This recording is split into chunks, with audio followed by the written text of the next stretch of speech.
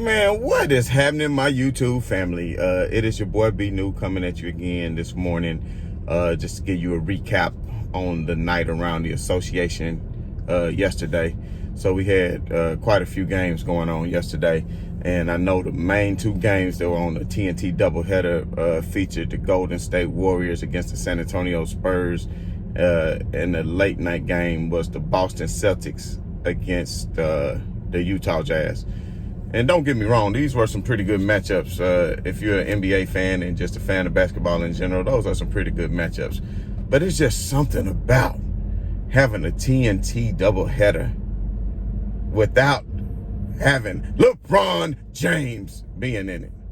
And I understand LeBron is getting older, and TNT and the NBA is going to have to get used to having games without the great LeBron James in them. That's just a sad reality that we're going to come to.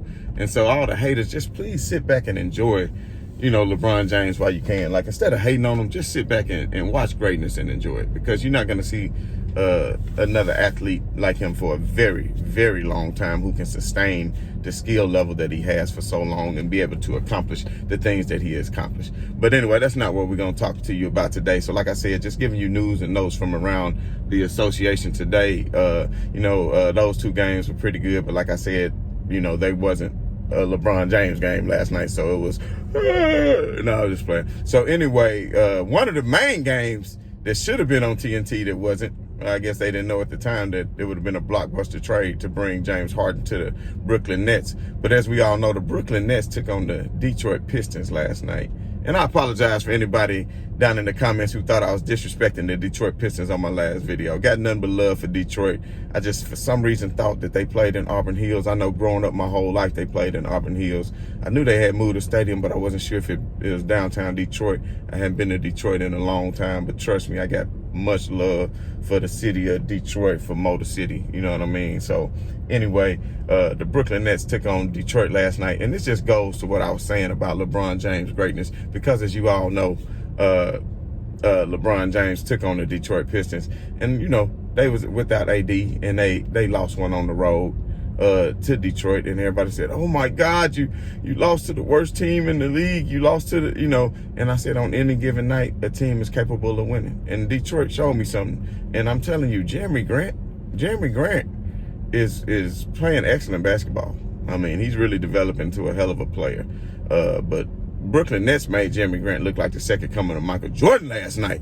Like, where is the defense? And this is the problem for Brooklyn. And for all you Nets fans, before you start going off in the comments saying I'm a Nets hater, just understand that everything that I'm saying is nothing but facts. I'm not sitting here saying my opinion, not when it comes to this right here. So the Nets are lacking on the defensive end of the ball. They cannot stop anybody. Jeremy Grant normally averages, 24 a game? 22 a game this year? He dropped 32 last night with ease. And then that picture of Kyrie Irving when he sat down that last minute, basically because they knew it was over with, and Steve Nash elected to go ahead and sit him down. I mean, he looked over there like he was about to cry. I mean, he really did.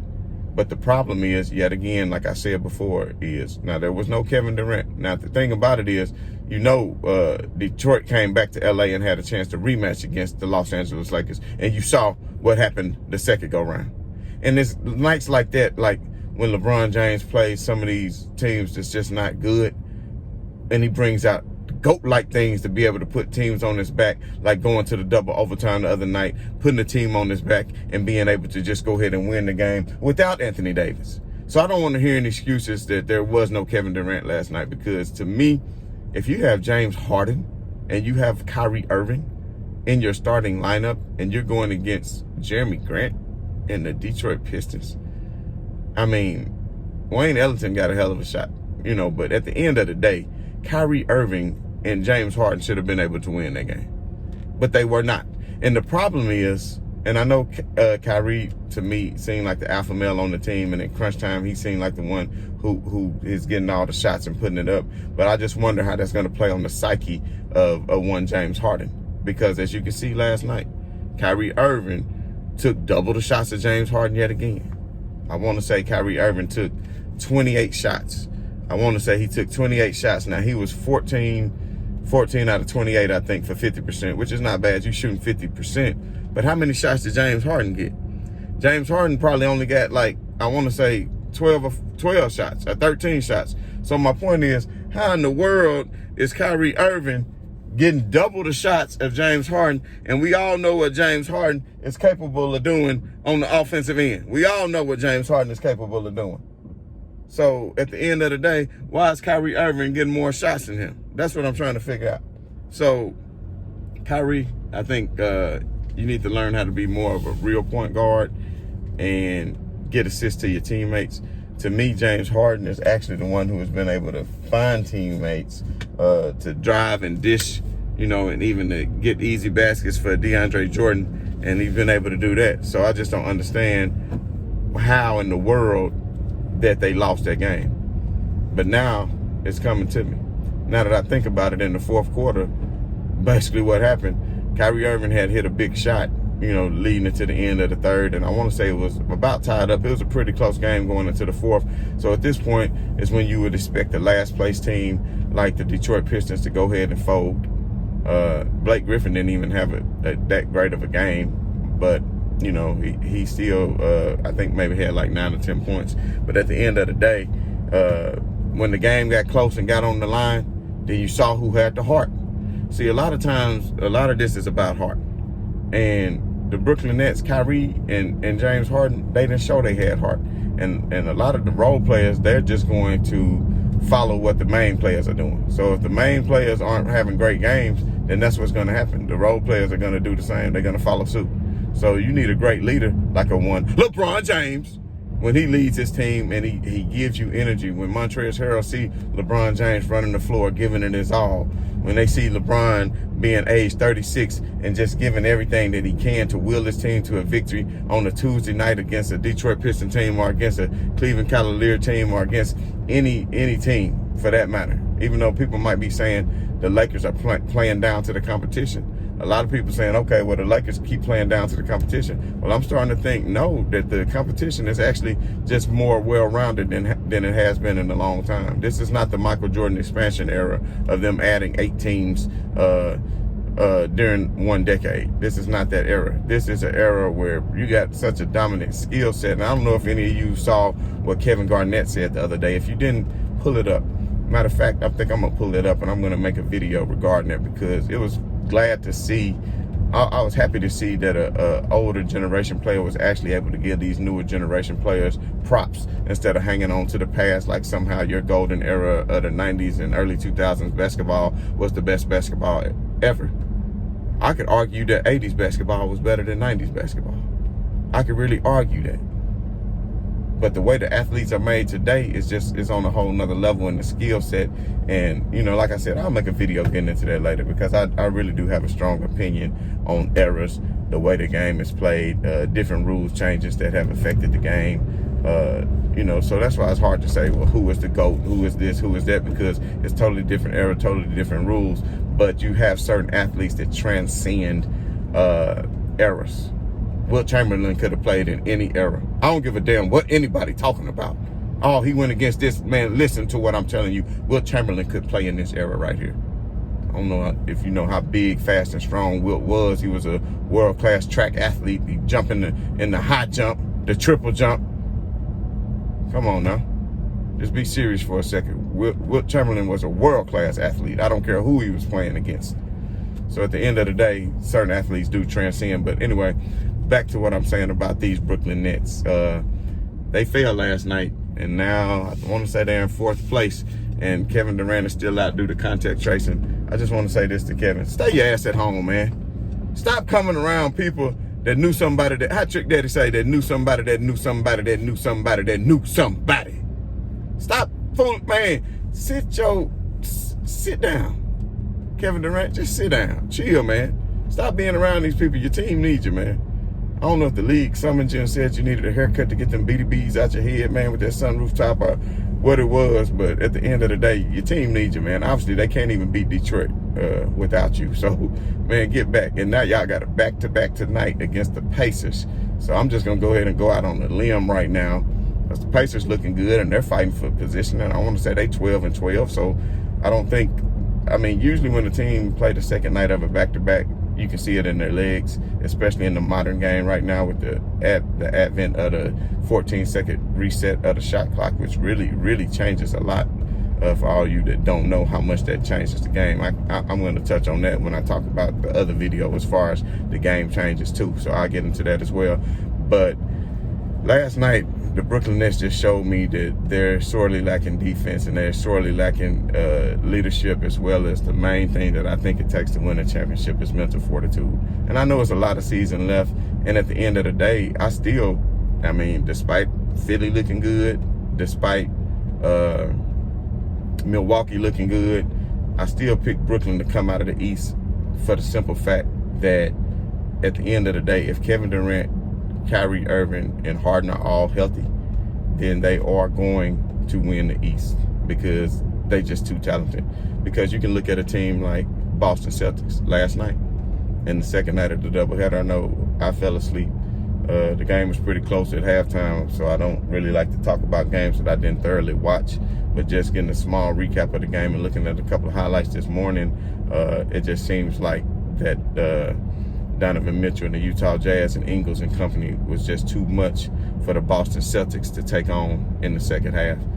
They just didn't have what it takes. So when you think about that, then you look at the Utah Jazz and what they did to Denver. They was the only team that was able, Denver was able to stop Utah the other day. And I know we don't want to compare teams and wins versus wins, but it kind of gives you a talent level of who can beat who. Because as you can see, Denver Nuggets handed the Utah Jazz. The Denver Nuggets handed the Utah Jazz their ass. And then you saw what the Lakers turned around and did to Denver. So at the end of the day, I think the Lakers might need to make one more move. But at the end of the day, I just feel like the Lakers are going to be the team to beat in the NBA this year, as long as Anthony Davis and LeBron James can stay healthy. Because Anthony Davis hasn't nearly hit his peak for this season yet of what he's capable of doing. And we all know once the playoffs get started, then everybody plays just a little bit harder. You notice that in the NFL, you notice that in the NBA, that regular season is good, but it's just something, even as a fan, like when you go to regular season games, like some of the games, it's laid back, they playing the music, it's fun in games, you cheer, you see exciting plays, but it's something about when you go to a NBA playoff game or NFL playoff game, the atmosphere is so much different. That's why I do miss the fans being in the stands, because it just really changes the game. But even without the fans, the players are just going to step it up a notch. They're going to really step it up a notch. And I think Anthony Davis and LeBron James are going to prove that they still are the best tandem in the NBA, even if you talk about a big three in Brooklyn. So Brooklyn lost last night, like I said. I'm just going to go out and win. I'm going to go out on a limb tonight and say that they're probably going to lose to the Pacers tonight, just because it's the second night of a back-to-back. But it'll be interesting to watch that game just to see. So I will tune into that one as well. LeBron James and company, not sure if Anthony Davis is going to be playing yet. I'll check the wire on that later. Maybe I'll give you an update on the pregame analysis. But they're going to be taking on OKC again tonight. And when that's going to be their rematch. And OKC really gave them a hell of a shot the other day and took them to overtime. And when they went to overtime, we all saw what LeBron James was capable of doing yet again in overtime. And that's what I'm saying. When you have a great player like that, and that's what Kyrie, when he was on the bench last night, he kind of looked sad. He kind of looked like he was thinking about where LeBron James at. If I had LeBron, see, this shit wouldn't be happening. But I thought for the first time I can look down to the end of the bench and I got a mother who can hit that shot. But what happened when you look down and you saw James Harden last night? You saw who y'all could even beat the Detroit Pistons, fam. Like the Detroit Pistons. And then I want to touch on Steph Curry and the hell of a game he having. I really want Klay Thompson to get back and get healthy. There's been rumors saying that Klay Thompson has suited up and been practicing. I don't know if that's true or not, because you can't believe everything you see on the internet. I can't remember what source I saw that from, but at the end of the day, I would highly doubt that he would come back and risk playing this season. He needs to really get that Achilles back healthy. And if Kevin Durant can come back and play healthy and do it, then I'm pretty sure Klay Thompson can do the same. But he just needs to get with somebody that's in rehab real good who can really get him back going, because the way Oubre is playing, the way Wiggins is playing, the way Steph is playing, Golden State, they always coached up. And when you got a player like Steph Curry, they can always get dangerous and go on a hot streak. I don't think they're a challenge to threaten LeBron and company in the West. To me, there's certain tiers, because the West is real muddled right now. If you look at it, and that's why I still say the West is still better than the East, even though the East is improved a lot right now. But if you look at it, 1 through 4, the East is pretty damn good. But after that, it kind of gets even more muddled than the West. I want to say the 7th and 8th team in the East is not even over 500, whereas in the West, you got teams over 500 all the way through the 9th seed, I want to say. And with that being said, I really think that the only two teams and the only team that's going to challenge the Lakers in the West is the Clippers. The Clippers are looking real nice. Surprisingly to me, Tyronn Lue has got his boys coached up and got them playing pretty nice. But the thing about it is, you got to see where their mental fortitude is when you have the likes of a Kawhi Leonard. No offense to Kawhi Leonard, but sometimes, man, the way he just be zoned out in space and just chewing on his lip and tongue and stuff, it just make me think he might be just, he might have rode this short dog bus to school. I mean, I don't know. But at the end of the day, I just feel like that the Lakers are the best team still in the NBA, and they prove it night in and night out, regardless of how the wins look. It could be an ugly win, it could be a pretty win, but at the end of the day, we see who the best team is. So it was a great night around association too. A lot of good games was going on last night. I'm trying to remember some of the other games that they had. Said San Antonio, we touched on the Boston game. I want to say Philly played last night. I know the Pelicans played, and they really put it on the Rockets. So a lot of people sleeping on the Pelicans, but Brandon Ingram looking real nice for the Pelicans. Zion is looking real nice. So if the Pelicans can step their game up, then I think they'll be a threat to get that 7th or 8th seed and be in the playoffs and, get a chance to, who knows, they probably end up being the 7th seed and play the Clippers in the first round and beat them. I mean, who knows? But, another game that I failed to mention. One last game I failed to mention was Miami against New York. That was a hell of a game. Jimmy Butler is back. Miami is now quietly won 3 games in a row. We know they got out of the gate real slow due to injury, but they quietly have won 3 in a row. So at the end of the day, Bam is playing well, Jimmy Butler is playing well, Olynyk is playing well, Tyler is playing well. So don't be surprised. Everybody thinking this, and that, but don't count Miami out, because Jimmy Butler is a hell of a player on the offensive and the defensive end of the basket. So and Bam, and definitely Bam is, I think, one of the best centers in the NBA with what he's capable of doing, and he doesn't back down to no man. So we shall see. But I think the main games tonight, they focus in on Lakers are going to play OKC again for their rematch.